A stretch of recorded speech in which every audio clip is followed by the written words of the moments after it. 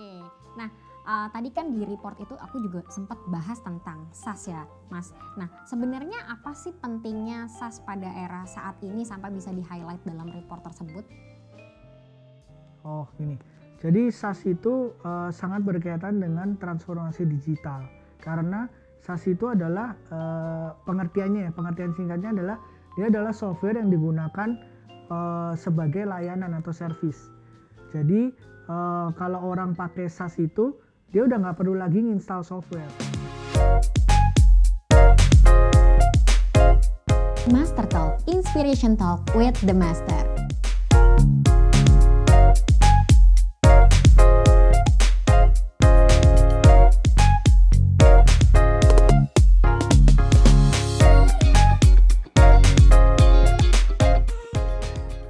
Oke, nah tadi kan di report itu aku juga sempat bahas tentang SaaS ya Mas. Nah sebenarnya apa sih pentingnya SaaS pada era saat ini sampai bisa di-highlight dalam report tersebut?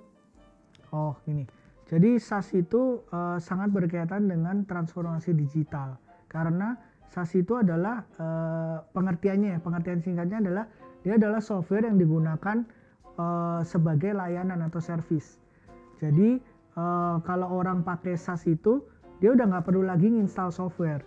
Jadi kalau yang tradisional, kalau Mbak Ino sering pakai nih misalkan kayak di handphone atau di laptop gitu, Mbak Ino mau nginstal musik player harus install dulu kan, nggak bisa langsung play lagu langsung ya, nggak bisa, dia harus install dulu. Nah itu kan akan sangat merepotkan customer. Biasanya customer maunya ya play lagu, tinggal play lagu terus nanti lagunya main gitu. Nah itu bisa terjadi dengan si SaaS ini. Kenapa bisa kejadian seperti itu? Karena si SaaS ini berjalan di cloud. Jadi bisa diakses di kapan aja, di mana aja, asalkan ada internet seperti itu. Jadi customer atau konsumen hanya butuh internet untuk dia bisa mengakses si SaaS ini. Software-nya bisa bermacam-macam, bisa sesuai kebutuhan lah. Jadi mau software yang mau email, mau yang tadi musik player, video player, semuanya bisa diakses tanpa harus melakukan instalasi di perangkatnya kita pribadi seperti itu. Nah terus SaaS ini juga merupakan salah satu solusi yang tepat untuk menyimpan dan mengolah data. Kenapa? Karena ya dari sisi bisnis itu akan menghemat biaya. Karena perusahaan sudah tidak perlu membutuhkan software tambahan yang perlu diinstal sendiri. Jadi perusahaan hanya menggunakan atau membayar software yang seperti kebutuhan atau sesuai yang mereka butuhkan. Jadi nggak perlu beli softwarenya dari A sampai Z, tapi bisa beli sebagian aja karena sekarang pakainya cuma sebagian nih. Kan software itu nggak mungkin semuanya dipakai terus-terusan gitu. Jadi bisa aja beli ya sesuai kebutuhannya aja. Kemudian juga di sisi lain sisi kedua adalah perusahaan juga menghemat waktu. Jadi nggak perlu ada proses pengakuan penginstalan software yang dimana ada kemungkinan terjadi error gitu kan. Nah kalau udah di cloud ya tinggal request aja, saya mau software ini, ya tinggal pakai seperti itu. Nah itu sangat memudahkan perusahaan dan sangat fleksibel kan untuk perusahaan gitu. Terus salah satu contoh yang paling dekat lagi adalah penggunaan server storage. Jadi dengan menyimpan data di cloud, pebisnis itu bisa atau perusahaan itu bisa memanfaatkan SaaS ini untuk melakukan identifikasi atau pengolahan data. Bahkan bisa melakukan analisa dari data itu di cloud. Sehingga bisa perusahaan itu bisa memperoleh atau bisa memaksimalkan potensi dari data yang mereka miliki. Oke. Nah tadi kan salah satu yang dibahas juga adalah server storage ya Mas ya. Nah mungkin saya mau ke Mas Hansen dulu nih. Ada tipsnya nggak nih Mas untuk memilih server storage untuk penyimpanan dan pengolahan data? Oke, mungkin tambahan sedikit ya tadi lanjutin dari pembicaraan Pak Ishak masalah private dan public cloud ya. Benar tadi yang bilang Pak Ishak kalau misalnya public cloud itu kita butuh perencanaan. Karena apa? Mungkin banyak konsumen itu yang sudah beralih ke public cloud, tapi setelah penggunaannya, setelah misalnya tagihannya datang itu ternyata membengkak, nggak sesuai dengan yang direncanakan di awal. Itu kenapa? Karena perencanaan dari awal itu mungkin waktu proses deployment itu nggak sesuai dengan apa yang sudah direncanakan. begitu juga dengan di private cloud, semuanya butuh perencanaan yang baik ya, agar sesuai dengan tujuan dan kebutuhan bisnis dari masing-masing perusahaan tersebut. Nah, lanjut ke masalah server storage ya. Jadi kalau kita lihat sebenarnya dari pembicaraan tadi itu sudah kelihatan kita harus memiliki server storage yang seperti apa. Nah, kita tahu kalau HP merupakan salah satu penyedia untuk server storage, berada di kuadran leader ya. Betul. Gitu. Nah, mungkin salah satunya adalah yang pertama adalah kita harus memiliki jaminan availability ya dari si server administrator tersebut. Misalnya banyak prinsipal yang akan kita pilih itu yang bisa memberikan jaminan sampai dengan 100% availability gitu. Jadi soalnya kalau misalnya terjadi downtime, terjadi problem, ditakutkan akan terjadi berimpact ke dalam bisnis di si perusahaan tersebut. Nah, ketika downtime terjadi, operasi pasti terhenti. Nah kan, dan akan terjadi kerugian finansial seperti saya bilang tadi. Namun server storage yang mempunyai availability sampai dengan 100% itu dapat menjamin dapat beroperasi tanpa menyebabkan downtime. Yang kedua adalah disediakannya software as a service seperti tadi yang disampaikan oleh Pak Ishak. Karena dapat mencegah over provisioning dan skema pembiayaan per pay use-nya. Itu yang bisa menguntungkan juga dari bisnis dan juga tentunya lebih fleksibel, Pak.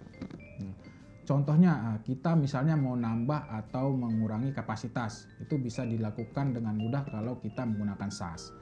Kalau masih tradisional itu kan biasanya kita nambah kapasitas tapi harus membeli hardware lagi seperti itu kan. Jadi itu kurang fleksibel.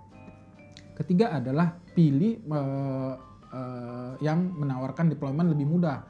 Jadi ketika misalnya solusi server storage-nya datang, deployment-nya kurang baik atau lama, itu kan jadi akan menghambat kita juga kan untuk mengembangkan bisnis dari si perusahaan tersebut. Nah, kita pastinya juga nggak mau repot-repot lah untuk melakukan deployment tersebut. Nah, apalagi kalau operasi bisnis kita itu sangat ketat dan harus dilakukan dengan cepat gitu. Baik dari sisi penambahan kapasitas gitu kan, server storage seperti itu kan biasanya membutuhkan waktu yang cepat. Nah, kalau dari awal deployment-nya aja udah rumit, lama, patut dipertanyakan ini performanya si perangkat ini seperti apa gitu kan. Nah, yang keempat adalah dirancang untuk cloud dan didukung dengan AI. Nah, server storage harus punya integrasi kuat ke private ataupun public cloud untuk kemudahan akses data dan bisnis. Gitu. Jadi di era digital sekarang ini kita harus pilih server storage yang dibekali dengan otomatisasi dari sisi AI tersebut. Itu. Nah, ini penting banget dan juga bisa digunakan untuk model analisis prediktif atau identifikasi masalah yang terjadi di server. Oke, lengkap sekali nih tipsnya ya, luar biasa.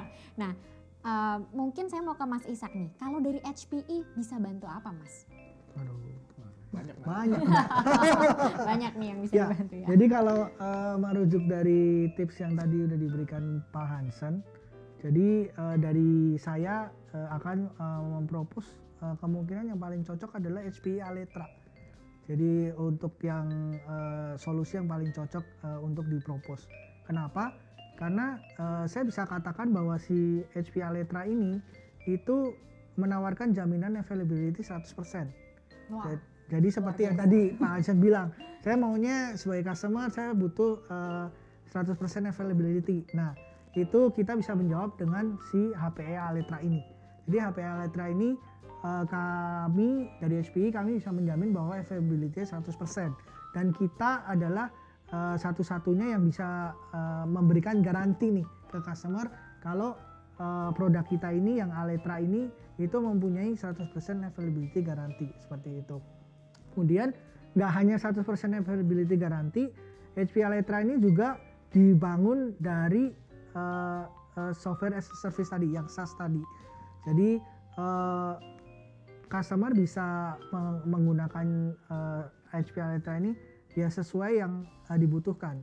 Jadi kalau misalkan memang butuhnya hanya sedikit gitu, itu kita juga bisa customer bisa melakukan start dari from small gitu, start from small. Jadi nggak harus beli langsung besar, langsung banyak, langsung lengkap semuanya.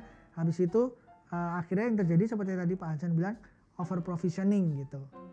Nah, kemudian yang ketiga dari HP Elytra ini adalah HP Elytra ini bisa dideploy dalam hitungan menit.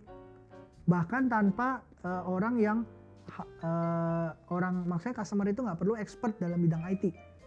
Jadi customer biasa pas barang datang tinggal dicolok aja secara dapat listrik gitu ya. Terus kemudian deploy-nya pun hanya tinggal klik aja gitu. Oh. Jadi nggak perlu yang kalau yang tradisional perangkat tradisional yang dulu itu kan perlu ini konfigurasinya harus seperti apa, desainnya harus seperti apa, terus nyoloknya kayak gimana gitu. Nah itu semuanya di-eliminate dari si Elytra ini. Jadi dengan adanya HP Elytra ini kita mempermudah. Jadi kita simplify untuk deployment-nya bahkan customer yang memang tidak memiliki kemampuan khusus di IT pun bisa mengoperasikan si HP Elytra ini gitu.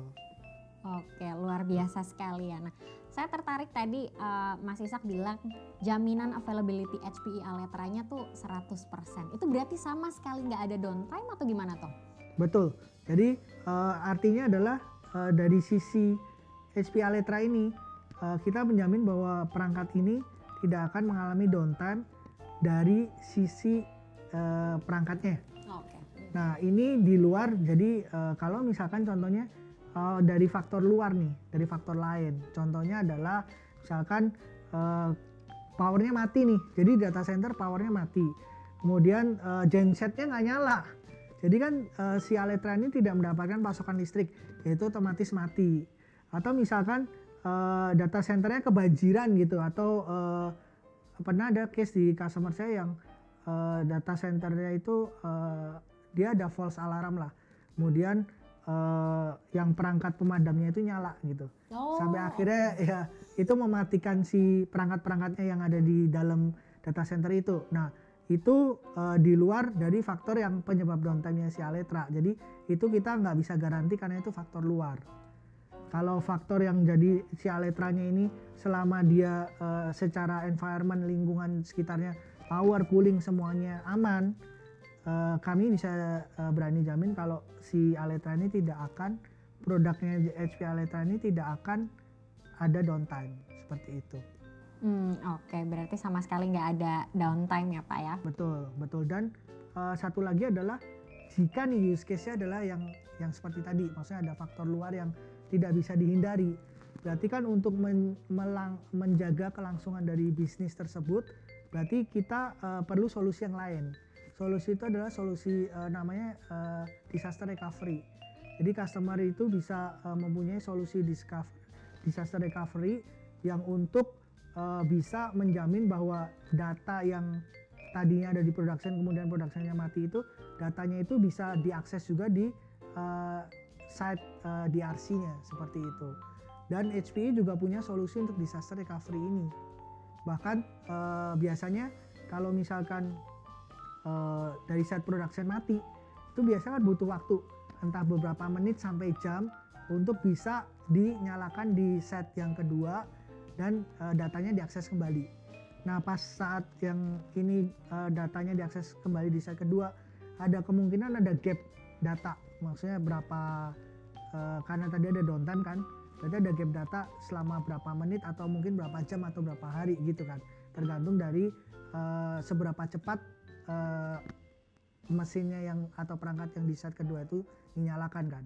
Nah HPE punya solusi untuk disaster recovery ini bahkan bisa dalam hitungan detik, beberapa detik sebelum downtime terjadi itu kita bisa recover. Wah luar biasa. Ya itu produk kita namanya adalah HPE Certo. Itu untuk memberikan perlindungan data yang secara simultan melalui yang backup dan disaster recovery ini. Jadi HPE Certo ini bisa mengembalikan datanya bahkan beberapa detik sebelum, jadi 5 sampai 15 detik sebelum datanya itu yang terakhir downtime itu gitu. Seperti itu. 5 sampai 15 detik sebelum. Iya, betul. Oh, itu sih cepat sih. Iya. Cepat. Nanti berarti kita akan tagih Mas Ishak untuk jelaskan juga tentang disaster recovery ya Mas ya. Oke. Nah, sekarang saya mau ke Mas Hansen nih. Master System bisa bantu apa, Mas? Ya, Master System adalah merupakan partner juga ya dari HP ya. Jadi Master System sendiri kita itu bisa bantu memberikan konsultasi ataupun dukungan teknis untuk bisnis bagi konsumen yang mau menggunakan si HP Alletra ini. Benar tadi bilang Pak Ishak, HP Alletra mungkin udah banyak ya sekarang. Mungkin salah satu storage baru ya, yang betul. dikeluarkan oleh HP ya. Betul. Dan juga dia udah terkoneksi dengan AI-nya si HP sendiri, InfoSec, untuk melakukan predictive analytic juga sebenarnya yang dimiliki oleh si Alletra ini. Nah, jadi dari Master System sendiri itu bisa memberikan solusi ya, solusi baik itu dari sisi konsultasi, implementasi dan lain-lainnya. Jadi misalnya kalau konsumen yang butuh konsultasi ataupun kebutuhan ada kebutuhan POC seperti itu kan, itu bisa langsung ke Master System aja, nanti bisa kita sediakan. Oke, bisa langsung disediakan ya. Ya. Oke, nah semoga teman-teman sekalian juga nih dari penjelasan Mas Ishak dan Mas Hansen hari ini bisa mendapatkan informasi baru. Nah, mungkin sebagai penutup ada lagi yang mau ditambahkan dari Mas Ishak dulu mungkin? Tentunya ada. Jadi sesuai dengan topik kali ini mengenai 100% availability guarantee, itu kami HP mempunyai solusi yang sangat tepat yang bisa menjawab kebutuhan tersebut, yaitu adalah HPI Alletra.